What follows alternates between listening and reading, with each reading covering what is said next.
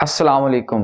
آزاد Jammu Kashmir text book board کی جانب سے میں محمد عثمان جنجوا ایک مرتبہ پھر ایک نئے موضوع کے ساتھ آپ کی خدمت میں حاضر ہوں۔ آج ہم جس موضوع پر گفتگو کریں گے اس کا عنوان ہے جنگ آزادی 1857 کی وجوہات۔ ہمارا یہ ٹاپک جماعت ہشتم کے باب نمبر 1 سے لیا گیا ہے۔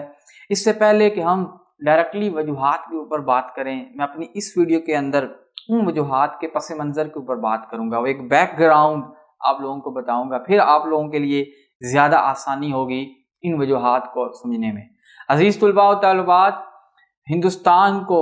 انگریزوں نے اپنی کالونی تو بنا لیا، مگر انفارچونیٹلی وہ کبھی بھی یہاں کے لوگوں کے دلوں کے اندر اپنے لیے محبت نہیں پیدا کر سکے۔ لوگ ان کو ایلین سمجھتے تھے، لوگ ان کو فورنر سمجھتے تھے، لوگ ان کو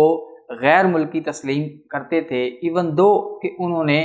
بہت زیادہ علاقوں کے اوپر اپنا قبضہ کر لیا تھا، اپنی کالونی بنا لیا ہوا تھا، لیکن اس کے باوجود لوگوں کی رائے جو تھی ان کے خلاف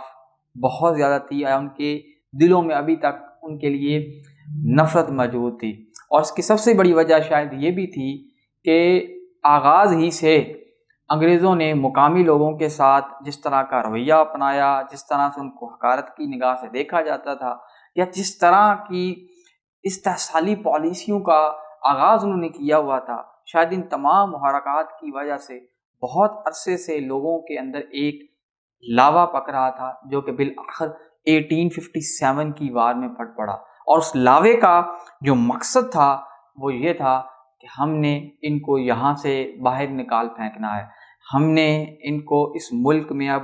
نہیں رہنے دینا، ہم نے ایک اصول کے مطابق ہی اب کام کرنا ہے، اور وہ یہ ہے کہ Indians should be ruled by the Indians, یعنی ہندوستان کے اوپر حکمرانی ہندوستانیوں کی ہونی چاہیے، نہ کہ کسی فارنرز کی، نہ کہ ایلین کی، نہ کہ کسی اور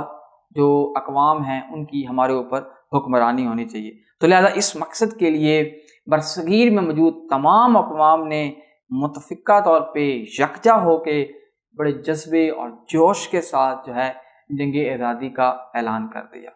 عزیز طلباء طالبات، یہ تھا وہ پس منظر، یہ تھا وہ بیک گراؤنڈ۔